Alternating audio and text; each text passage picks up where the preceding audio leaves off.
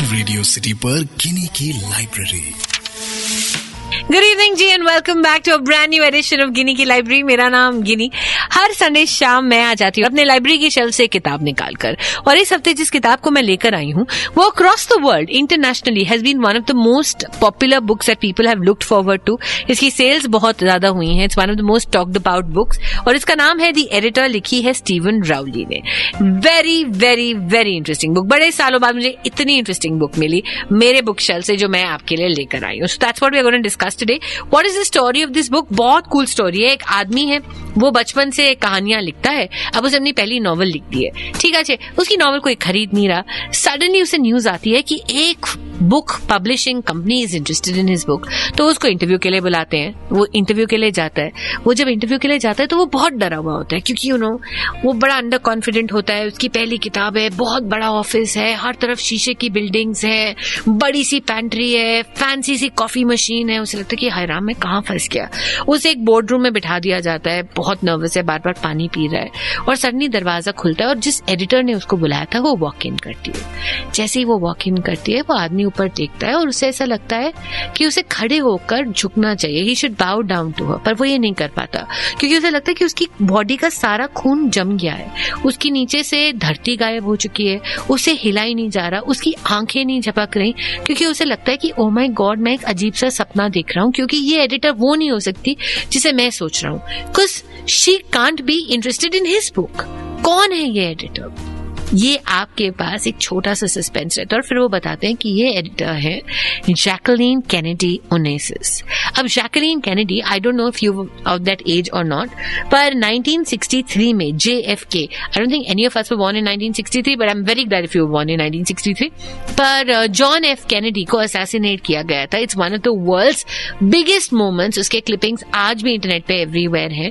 जब उनको असैसिनेट किया गया था तो उनकी बॉडी रिडल्ड विद बुलेट्स गिरी थी उनकी बेबी के गोद में, and she was very stoic, और वो पूरे दिन वहां रही थी एक पिंक शनेल सूट में, मुझे ये भी याद है, और उनका नाम था जैकलीन कैनेडी।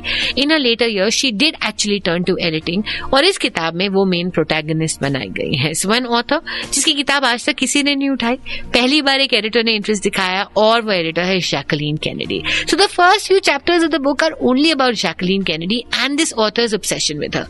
वो इतना अमेज हो जाता है। अब सोचो ना, आपकी और मेरी जिंदगी में, जहां आप कभी किसी फेमस इंसान को नहीं मिले हो, आपकी जिंदगी का सबसे फेमस इंसान जो आपके पेरेंट्स के लिए भी कितना बड़ा वो है, वो सडनली कहे कि I am interested in your book. वो आपसे रोज बात कर रहा है, फोन पे बात कर रहा है, आपको खाना खिलाने ले जा रहा है, आपके साथ ड्रिंक्स पी रहा है, आपके लिए एक ड्रिंक पोर कर रहा है, मतलब वो कितना अजीब होगा। So the first few chapters of the book are only about this author and Jacqueline Kennedy, and it is fantastic reading. आप मतलब हिस्ट्री में खो जाते हो। और उसके बाद आती है ऑथर की किताब की कहानी। किताब लिखी थी ना उसने, उसकी यह कहानी सुनाती हूँ आपको इस छोटे से ब्रेक के बाद गिनी की लाइब्रेरी में। That is the most fantastic part of this book. Good evening ji, Gini की लाइब्रेरी में रेडियो सिटी पर आपका स्वागत है। रेडियो सिटी पर गिनी की लाइब्रेरी।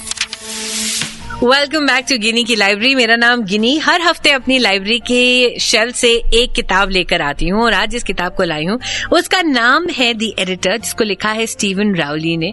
जेम्स की कहानी है, जो कि एक ऑथर है। पहली बार उनकी किताब किसी ने पसंद करी है, एक एडिटर ने उनको बुलाया है, and that editor turns out to be Jacqueline Kennedy Onassis, one of the most known women in the history of the world. History मैंने आपको समझा दी थी जैकलीन कैनेडी की। अब जो किताब है वो बड़ी इंटरेस्टिंग है। जो जेम्स ने किताब लिखी है उसका नाम है द क्वारंटाइन। अब क्वारंटाइन क्या होता है मैं आपको सिंपल वर्ड्स में एक्सप्लेन करती हूँ। पुराने जमाने में जब हमारे पास बहुत सारी दवाइयां नहीं होती थी, अगर किसी को मान लीजिए चिकन पॉक्स हो गया या कोई भी कम्युनिकेबल डिजीज हो गया, हम उसे कमरे में बंद कर देते थे ताकि उसका डिजीज स्प्रेड ना हो। उसे कहते थे he is under a quarantine period, ठीक है। अब जेम्स ने इस क्वारंटाइन को एक बड़ा इंटरेस्टिंग सा टच दिया है, जहां पर वो कहते हैं कि फॉर एनी मैन और a woman what is the most complicated relationship of your life. अगर मैं आज आपसे पूछूं what is the most complicated relationship of your life, तो आपका शायद आंसर होगा आपका पार्टनर, आपका शायद आंसर होगा आपका बॉस। पर actually to think about it, आपका सबसे complicated relationship in your life होता है आपकी मॉम के साथ, आपकी माँ के साथ। एक ऐसा इंसान जो हमें सबसे ज्यादा प्यार करता है, एक ऐसा इंसान जो हमें सबसे ज्यादा नुक्स निकाल सकता है, एक ऐसा इंसान जिसके साथ हमारी बहुत सारी लड़ाइयां होती हैं जो शायद अनसेड रह जाती हैं। कई बार हम कुछ कह देते हैं, कई बार वो कुछ कह देती है, पर एक ऐसा रिश्ता जो कभी नहीं टूटता, एक माँ और एक बच्चे का। तो जेम्स ने डिसाइड करा है कि वो क्वारंटाइन पीरियड में अपने आप को और अपनी माँ को बंद करना चाहता है, ताकि 40 दिन उनके पास और कुछ ना हो, बस एक दूसरा हो, ताकि वो एक दूसरे से बातें कर सके, वो सारे इश्यूज को सॉर्ट आउट कर सके जो उनके बीच हैं, उनके पेरेंट्स के इश्यूज, उनके बचपन के issues. James incidentally is gay, और जब उसकी माँ को ये पता चलता है कि जेम्स इज गे, तो उसके डैड ये एक्सेप्ट नहीं करते और उसकी माँ उसके डैड को छोड़ देती है, और बहुत सालों तक जेम्स को यही बोलते हैं कि मैंने उसको सिर्फ तेरे लिए छोड़ा है। So all of these issues need to be addressed, and that is the premise of the novel that James has written, The Quarantine, जहां पे वो अपनी माँ के साथ रहना चाहता है। And that is the novel that Jacqueline Kennedy finds very interesting. और ये पूरी चीजें बड़ी इंटरेस्टिंग है, क्योंकि आप कहीं ना कहीं सोचने लग जाते हो कि अगर आपको भी अपनी मॉम के साथ ऐसा समय मिले जहां पे आप उनसे कुछ भी पूछ सकते हो कि why would you behave like this, why would you do this and why would you not do that, वो कैसा होगा। यही डिसफंक्शनल फैमिली की स्टोरी है द एडिटर। आगे क्या होता है आपको बताती हूँ यही रेडियो सिटी पर। आज गिनी की लाइब्रेरी में I am discussing this book which is called The Editor, जिसको लिखा है स्टीवन राउली ने, which is based in the 90s। This is the time when Clinton president थे, मोनिका लेविंस्की का केस ऑफ कोर्स ब्रेक हो चुका था। So there is a back story to all of that, and of course James, Jacqueline Kennedy और James की माँ की कहानी। यही मेरी जुबानी आज रेडियो सिटी पर। रेडियो सिटी पर गिनी की library. Good evening ji and welcome back to Gini की लाइब्रेरी। मेरा नाम है गिनी। हर हफ्ते एक किताब लेकर आती हूँ सिर्फ आपके लिए, हर संडे शाम को। कैसा लगता है आपको ये show? Do you enjoy hearing about a story? मुझे लिख के बताइए ना, RJ-Ginny GINNIE@gmail.com, या फिर सोशल मीडिया पे @RJ-Ginny GINNIE। इस हफ्ते जिस किताब को मैं लेकर आई हूँ अपने शेल्फ से, it's an international best seller. It's been written by Steven Rowley. इस किताब का नाम है The Editor. The Editor is the story of James, जो कि एक फर्स्ट टाइम ऑथर है। उनकी किताब पब्लिश कर रही है एक एडिटर जिनका नाम है Jacqueline Kennedy, one of the most known names in the history of the world. It's a fictional book, तो उन्होंने डिपिक्ट किया है। जेम्स की किताब इज अबाउट अ क्वारंटाइन, जहां पर 2 जनों को एक कमरे में बंद कर दिया जाता है 40 दिन के, without any outside contact. And James ने किताब लिखी है अपनी और अपनी माँ की। ठीक है, तो ये तो गया प्रीमाइस सेट। अब जेम्स की इस नॉवल को जब हम आगे बढ़ाते हैं, जैकलीन कैनेडी को उसकी नॉवल बहुत पसंद आती है। शी सेज कि अभी और लिख, अभी और लिख, और उसको कहते हैं कि अपनी माँ से और बातें कर। जेम्स अपनी माँ के पास जाता है, जो उससे बहुत नाराज है, बहुत अपसेट है। आपको पता है हमारी इंडियन माएँ कैसी होती हैं, अक्रॉस द वर्ल्ड माएँ ऐसी होती हैं। ऑल्सो माँ को जब इमोशनल करना होता है तो सारी माँ ये डायलॉग्स यूज करती है ना, तुझे मैंने बड़ा किया, इस दिन के लिए किया, अपना खून पसीना एक किया, मैं भूखी रही, तुझे खाना खिलाया। जेम्स की माँ भी ये सब कुछ कहती है, और अल्टीमेटली तूने क्या किया, तूने मेरी जिंदगी के ऊपर एक कहानी लिख दी मुझसे पूछे बगैर। वो उससे बात ही करना बंद कर देती है। अब कहानी में ट्विस्ट आता है। क्रिसमस का समय है। जेम्स और उसकी पूरी फैमिली जनरली अपनी माँ के पास जाते हैं क्रिसमस पे। जेम्स डिसाइड करता है मैं नहीं जाऊंगा क्योंकि लड़ाई चल रही है। उसकी एडिटर जैकलीन कैनेडी उसे कहती है कि जेम्स जा ना, अपनी माँ के साथ अपने इश्यूज रिजॉल्व कर, तभी तो तेरी किताब बेहतर होगी। जेम्स जाता है, उसकी पूरी फैमिली वहां होती है। उसके भाई बहन बड़े एक्साइटेड होते हैं कि मतलब सोचो, एक नॉर्मल सा लड़का जैकलीन कैनेडी के साथ आजकल रह रहा है, उसके हॉलिडे होम्स में जा रहा है, उसके घर में उसके साथ खाना खा रहा है, ड्रिंक कर रहा है, ऑल ऑफ दैट। पर माँ से भी सब डरे हुए हैं, और उसकी माँ बहुत अपसेट है क्योंकि उसकी माँ का आइडल थी जैकलीन कैनेडी, और उनको बहुत बुरा लग रहा है कि जैकलीन कैनेडी उनकी इतनी नेगेटिव साइड देख रही है। खैर, जेम्स कोशिश करता है अपनी माँ से बात करने की।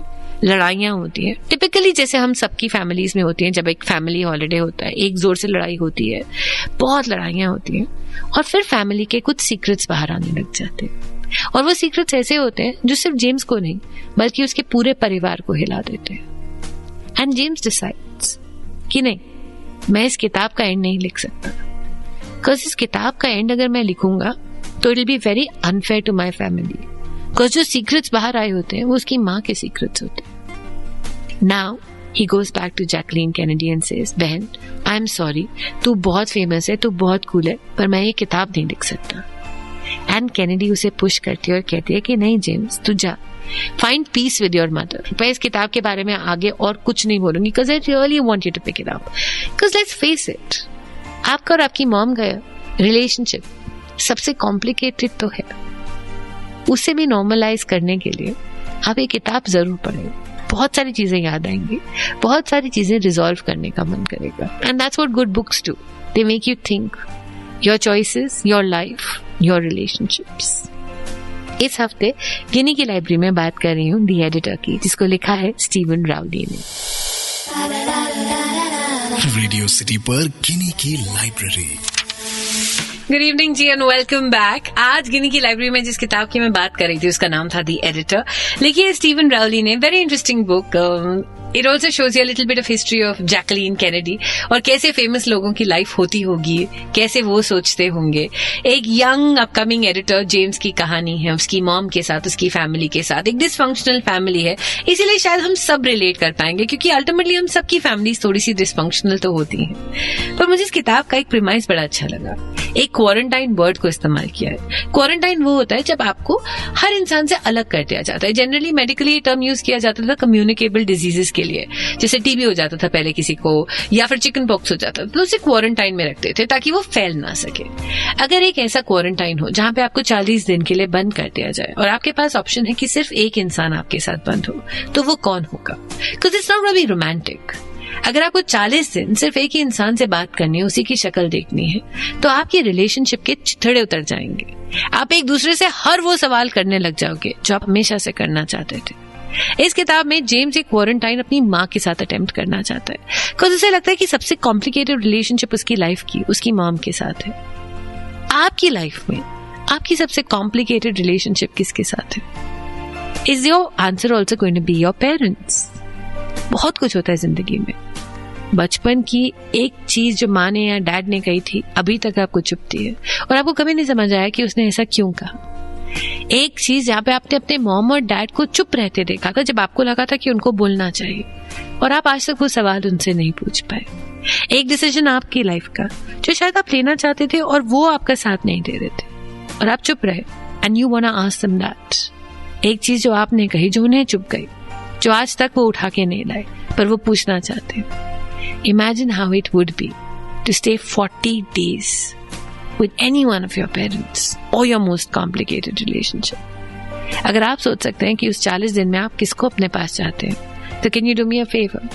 इस संडे शाम उस इंसान को एक फोन जरूर कीजिएगा, उससे बात जरूर कीजिएगा, और ऊपरी तौर पे नहीं, कुछ ऐसी बातें कहिएगा और पूछिएगा जो आप जेन्युइनली पूछना चाहते हैं, because that'll be it, that'll make your relationship stronger.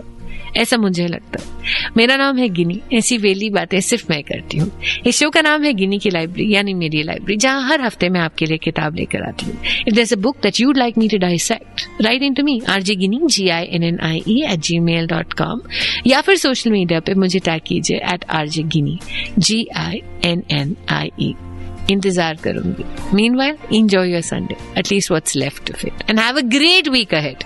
अगले संडे यही मुलाकात गिनी की लाइब्रेरी पे, रेडियो सिटी पर।